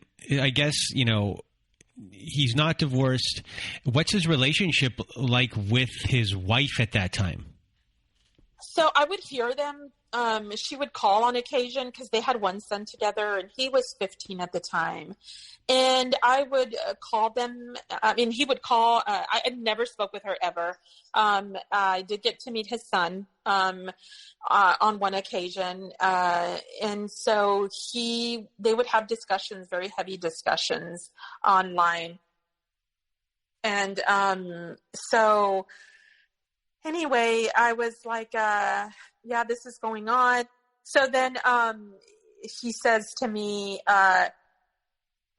he says, yes, so-and-so just called, and this is what's going on with my son. And so I disagree with her. And so I would kind of have those discussions with him about, you know, how to just work with her, and how I explained to him how me and my ex were parents first, and we were exes second. It was always about my daughter and making her priority and making her life stable.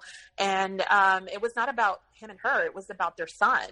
So I was always doing that talking to, the giving of advice and all those things. And so he was just always bad-mouthing her, how she was just this woman in the devil in sheep's clothing is what he would call her. And and how did you find out that they were still married?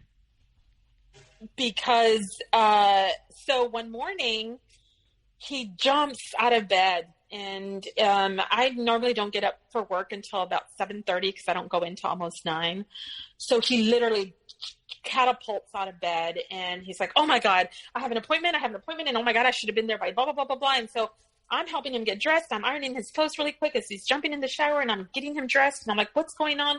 What appointment do you have? Like, he's like, literally, this is how I'm speaking in that tone. Just what's going on? Like, this is kind of what we're doing, running around the house, trying to get him ready and out the door to go to this appointment. So come to find out later that was his divorce, his final divorce hearing. So how I found out that they were still married was when he did finally, because I then remembered, oh my God, you never brought me this paperwork. I need to see it. He brings me this divorce decree, and it was dated May the 12th, like days prior. And so I was like, hey, this divorce decree says that you were just divorced like days prior. And he was like, no, we had to go in there and negotiate something. So it's got a different date. And so he begins to tell me about this different date. And so I start flipping through the divorce decree, and I'm like, no, this is not a different date. This is the date that you actually got divorced. And I'm like, why did you lie to me? And so it was just the constant little lies. So at that point, I'm just like, oh my gosh, okay. So I was like, I'm so, so he never really came clean. He stuck to his story. And then I just kind of brushed it under the rug. Everything was great. He was now divorced. Like, what did it matter now? I had already, been living with a married man for 6 months. Like, there was nothing I could do to change it. So I'm just like, okay, let me just brush it off and just move on. Let's just move on from here. So then we continued. Obviously there was a couple of days where I didn't feel good about it.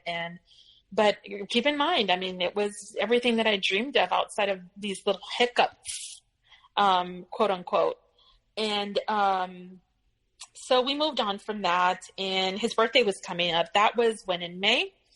Then July 4th came about, and we were getting together with all our friends at the lake. And so we go. They had a great time. He felt a little bit more inclusive at that gathering because there's so many people there, and had a great time. That night we drive home, and we're having a deep discussion on the drive home. We get home, jump in the shower, get out, and he's on his bended knee proposing. Keep in mind, we already had the ring because we had already bought the ring. I had a friend who was a jeweler, and he gave us a really good deal on this ring. So I basically handed him $14,000 cash. I basically gave Sal the $14,000 because I didn't want my friend to know that I was handing this man who was going to be my husband $14,000 of my money. So I gave it to him in the parking lot. We walked in, we got the ring. So anyway, July 4th is the night he proposed. And he had already met with my daughter days prior, before he had decided to do this, except I didn't know about it. So my daughter agreed. She's like, I've never seen my mom so happy. Yes, I wish you the best. And so he proposed. And of course I said yes. So this was in July. We were happily engaged. The end of July, August. His birthday was in September. He had told me he had never really been thrown a birthday party because he was deployed all those years. He never really got to enjoy a birthday cake.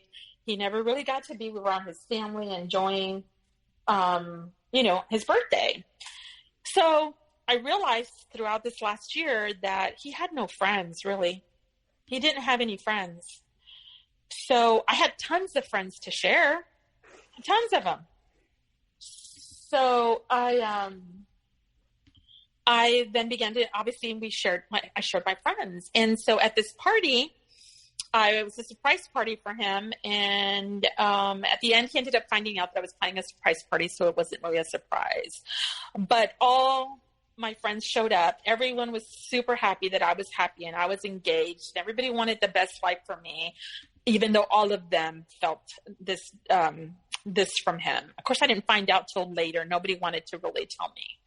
So all my friends showed up with the best dish prepared. The best dish that everybody brought was their best dish they prepared for this party for him.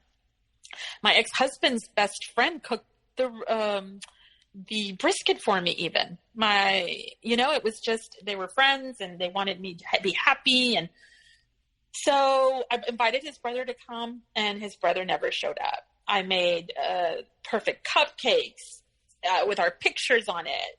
Everything that you could think of. Everybody embraced him. Everybody just made him feel at home. And just, everybody, it was the perfect birthday party, but he had not one person there. These were all my friends. So that was then. After that, I realized, this was just going to be our life. We're just going to have to accept him because he was going to be my husband. So he convinced me to get mutual phone plans, and this will come as to how everything ends at the end. So I decided let's combine our phone plans. So we did. And it kind of solidified everything, our relationship, I guess, that we were doing something together.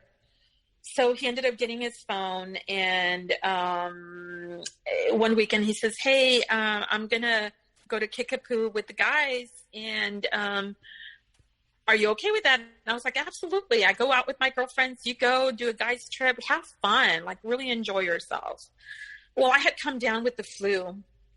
And the night before I was running fever and I was just not feeling well. Well, that morning he got up and he was ready to go. And keep in mind, he was always very thoughtful and very caring for me. And, but yet I was, sick with the flu. And you know how you just feel like you're dying when you have the flu.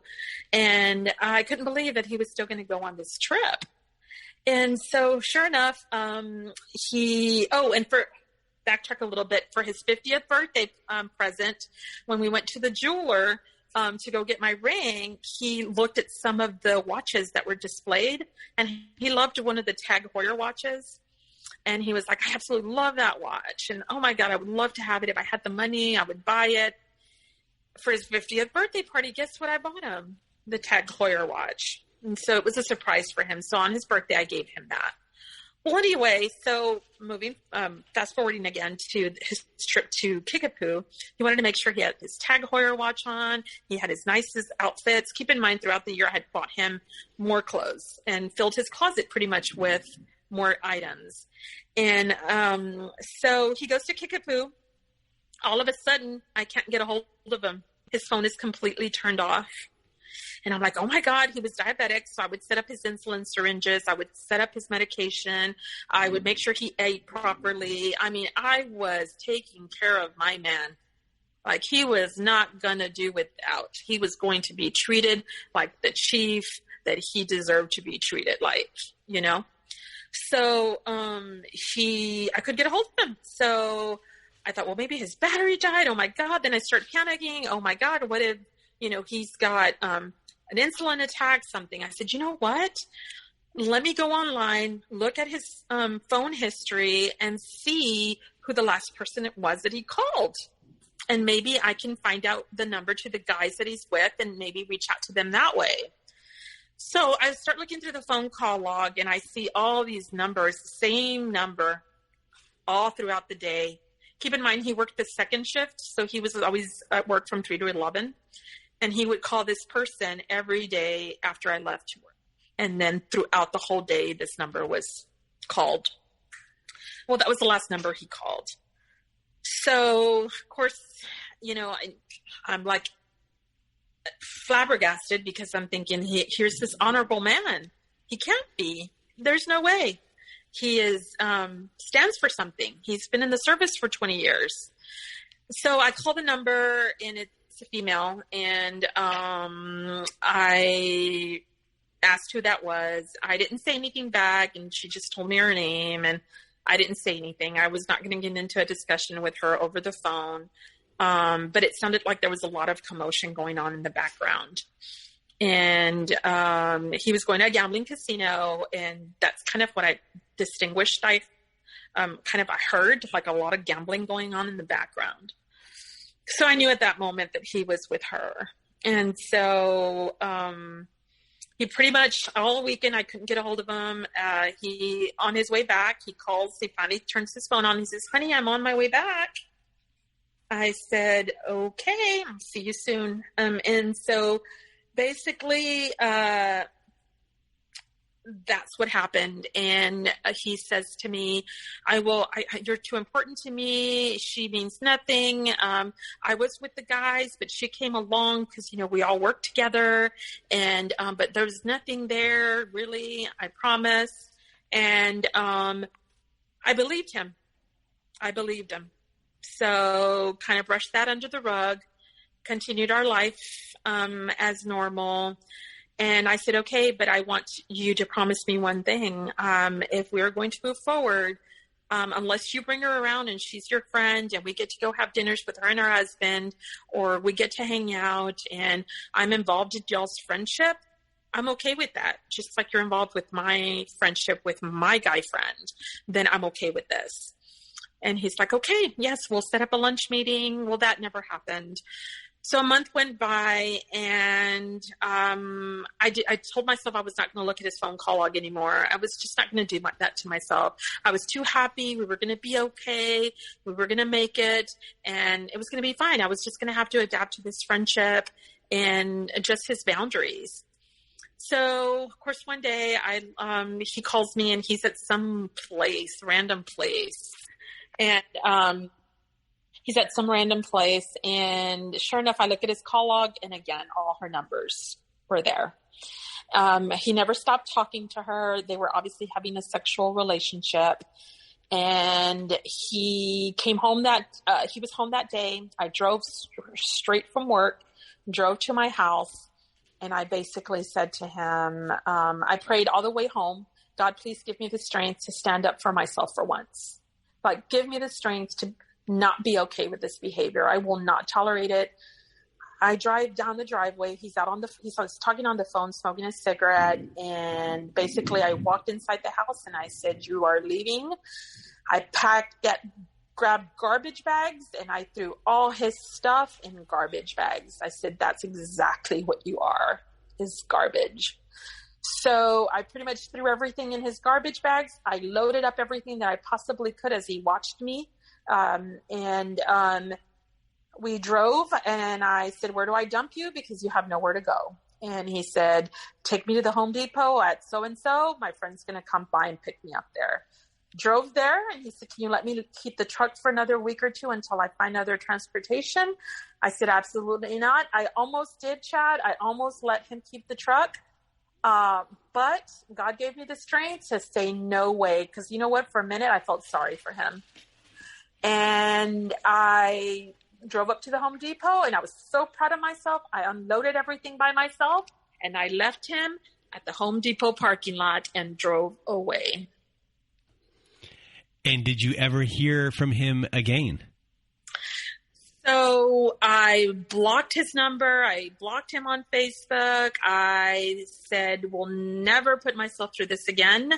I went through some extreme heartbreak because this was the dream relationship I had wanted my whole entire life, outside of when everything started, obviously, the lies and the down spiraling.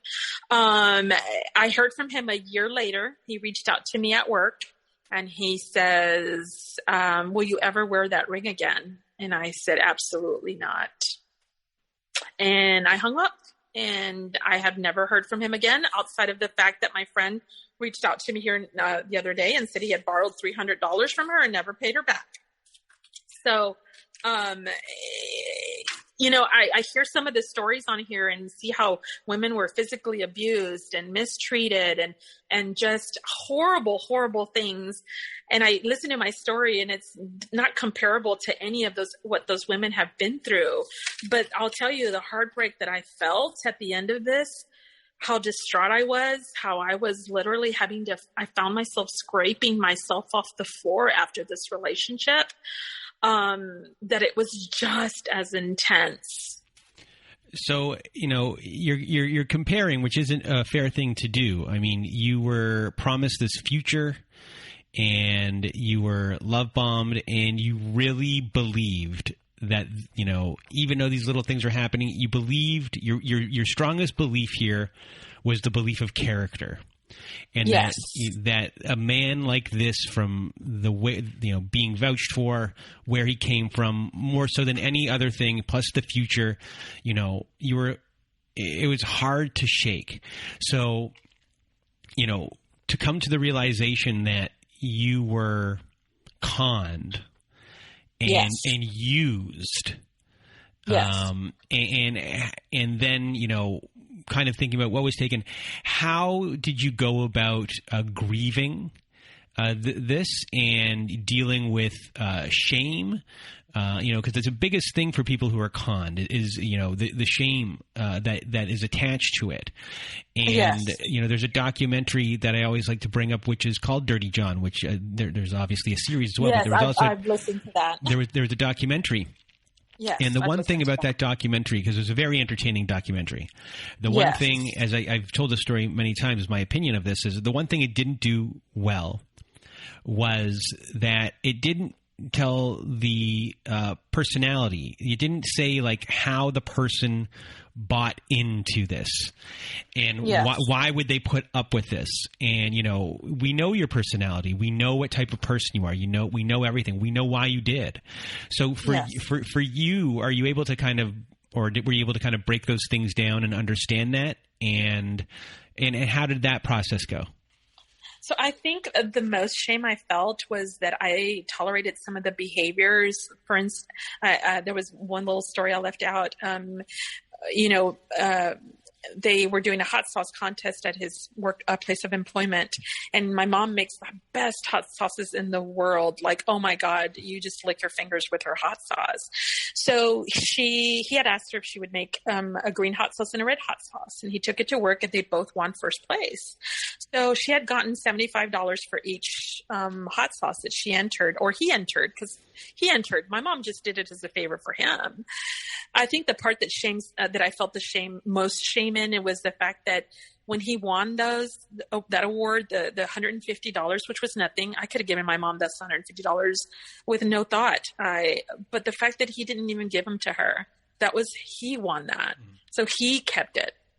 And the fact that I let him treat my mom that way, the fact that I let him stare at my daughter as she walked away inappropriately, and I caught him every single time, the fact that never in a million years would I ever allow anybody to disrespect my mom or my daughter, but I allowed him.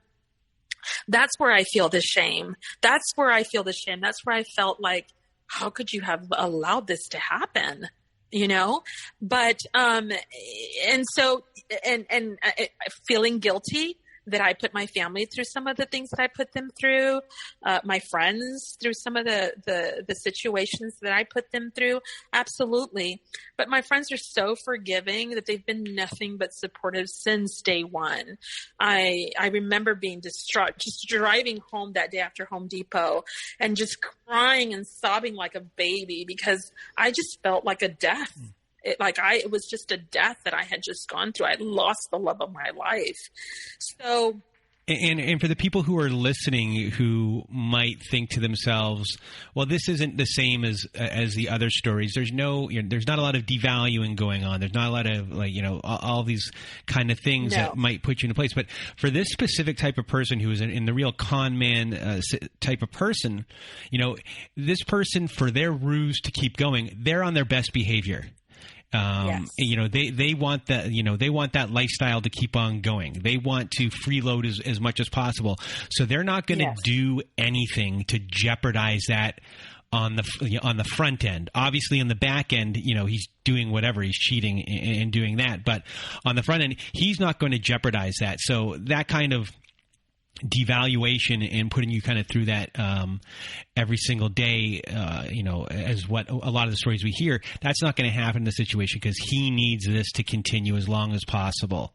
Yes. And just to clarify that for people who might be wondering. Yeah. And I think it was also all the lies that he told. I mean, he had the most brilliant disguise on. Have you heard that song from Bruce Springsteen, Brilliant Disguise? No. I remember I listened to that song over and over because he was dressed in a brilliant disguise. And I remember hearing that song over and over again because it was just like I needed to realize that he wasn't real. He was just not real. And it was just he played the best acting part of his life. I remember when I confronted him about this whole gambling thing and we stayed up all night having this discussion, and he looked at me in my face, straight, dead face in my face, and just, no, I didn't go with her. I mean, it was unbelievable. And how your listeners might get from this is that even though that you feel they're because we're so trusting of others, and a lot of the people that have been on your podcast, I know, are empaths, and I consider myself an empath because I can be in a room full of 200 people, and I guarantee you I'm going to stand next to the person who needs me. It happens every time. My friends always make fun of me because no matter what's going on, that person's going to find me in the room. And I'm going to end up helping someone, crying with them, or being some type of helping hand for them. And that's my philosophy really is having a helping hand. And so with him, I felt like I was, being that helping hand for him as well throughout all the situations that he went through. So it's just something that I can't explain. It was this fog I was under. And I'll tell you that like I said, I found myself scraping myself off the floor, but so coping, when you talk about coping, how I coped with all of it, how I got myself back together again. I'll give him this. He did give me the appreciation for traveling. So that's exactly what I did. I didn't need him to pay for my travels, flights or hotels. I wanted to make sure that I could prove to myself, not that he ever knew that I continued to travel without him, but that I was still able to do this on my own. I did not need him for anything. So how I coped is I went on trips by myself. I went chasing sunsets was one of my trips. Which was back to San Diego, because that was I remember a trip that was just memorable with him, and I wanted to just close that chapter and make new memories in San Diego. So I went chasing sunsets. I took another trip to Georgia, and I went chasing waterfalls. I did that. And, hiking. Writing. I love to write. I write short stories as well as poetry, which those were my outlets. So it took me a while to start feeling myself again. Sadly, when I thought I was good, solid, I rebuilt myself back up, like the Lego pieces. You put one Lego piece on top of the other, and eventually you end up forming something back together, a piece of art of some sort. That's how I saw myself, is putting myself back together, like in Lego pieces. And I felt like, okay, I finally put that, the hat on top of the head, the little heads that you put on top of the Legos. I finally felt like I had put my cap on, like I was done with the art piece.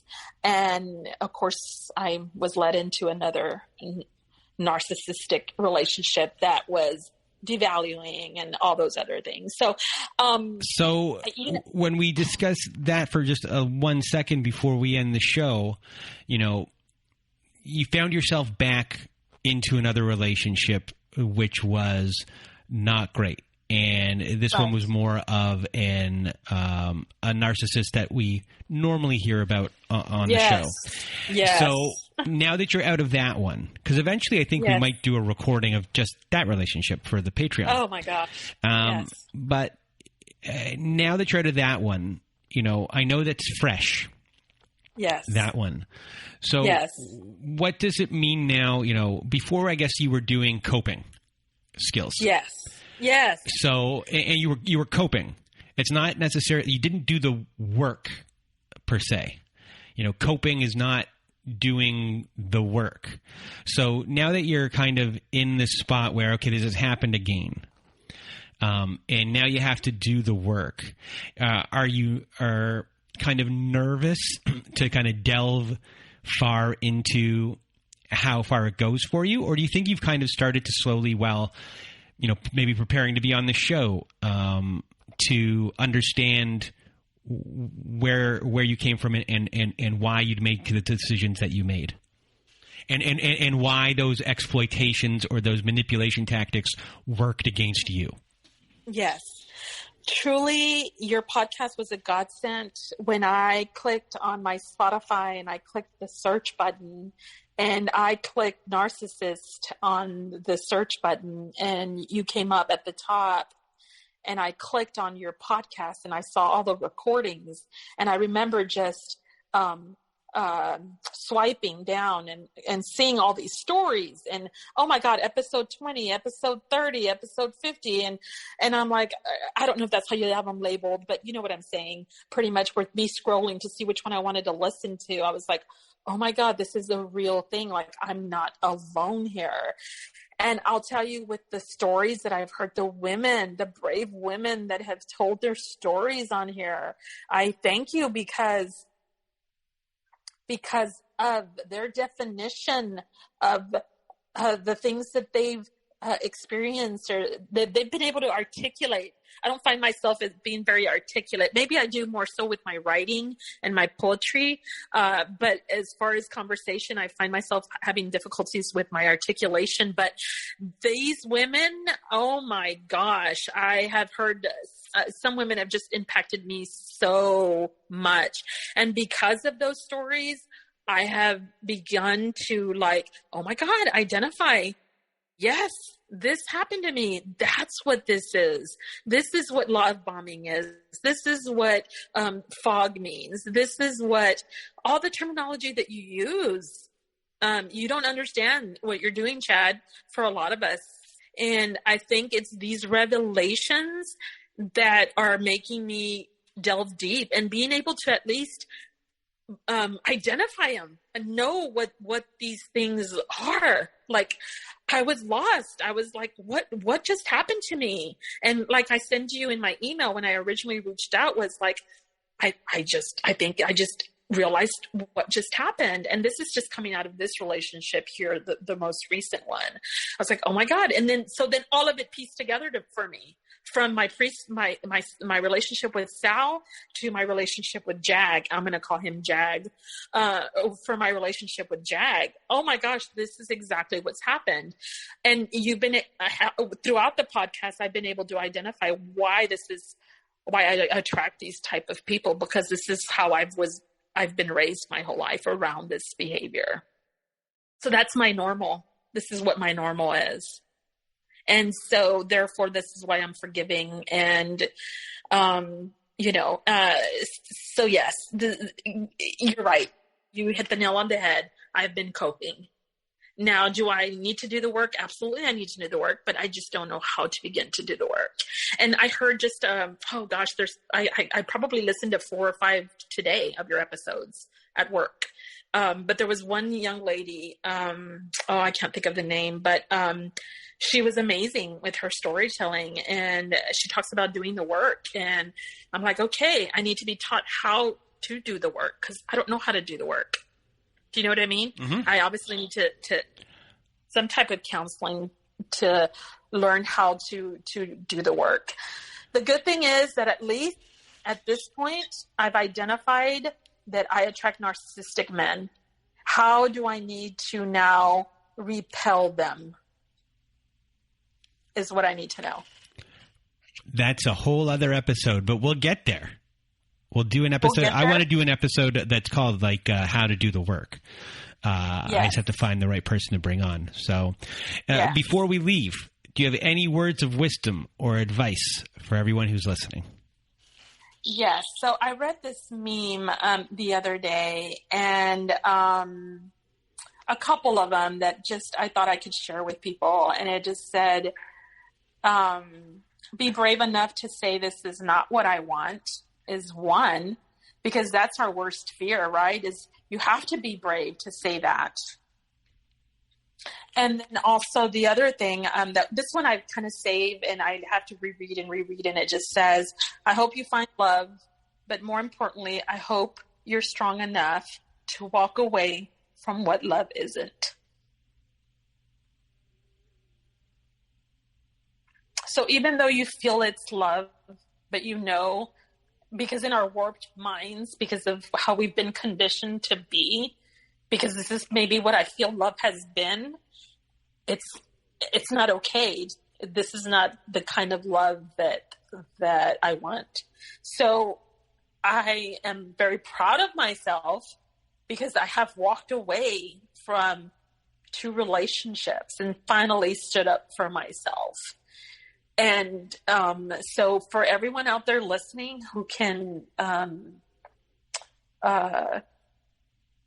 hear me and just love yourself first is all I can say.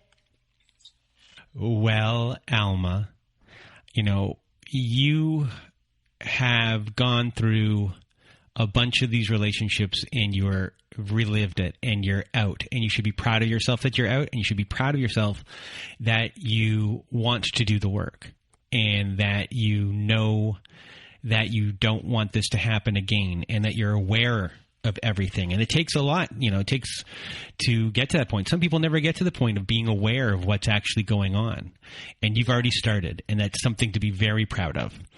And you should be proud, Chad, because of this podcast, you made me more aware. And you should be proud, because I can imagine you on this end of your microphone or your earphones listening to these stories over and over and over. I know how that must weigh heavy on you, but the fact that you're diligent and that you want to help others is you're self-sacrificing for so many people, because you're listening to these stories. And I know it has to do something. I know it has to do something to you after listening to these stories and to hearing us cry and all those. I know it has to do something to you, but you continue to do this. And so just know that it stems from you. Well, thank you. And it means a lot. And, we're in this together. I like to call us an army. We are here to share your stories and help other people. And there was an not old documentary, but I'm going to say in the last 10 years, where the person in it said, your experience is only worth something if you share it with other people. Absolutely. And I took that to heart. That's the most amazing thing about the show, and people like you who come on our show, is that your experience and sharing it is healing for you. But the most important thing is that, for the thousands of people that are listening, that it helps heal them too, to know that they're not alone, to know that someone's gone through the same thing. And, it's also a learning experience. And, I like to think of everyone as, we're all addicts, and we have to do the work every day, and you can't let up. And, you're going to be living proof of that. And one day we're going to talk again, and we're going to find out amazing things of what's gone on in your life. So, I just want to thank you for being here and sharing and, being part of it. And I know you're going to help a lot of people, so thank you. Thank you. And for everyone else who is listening, from Alma and me, we hope you have a good night.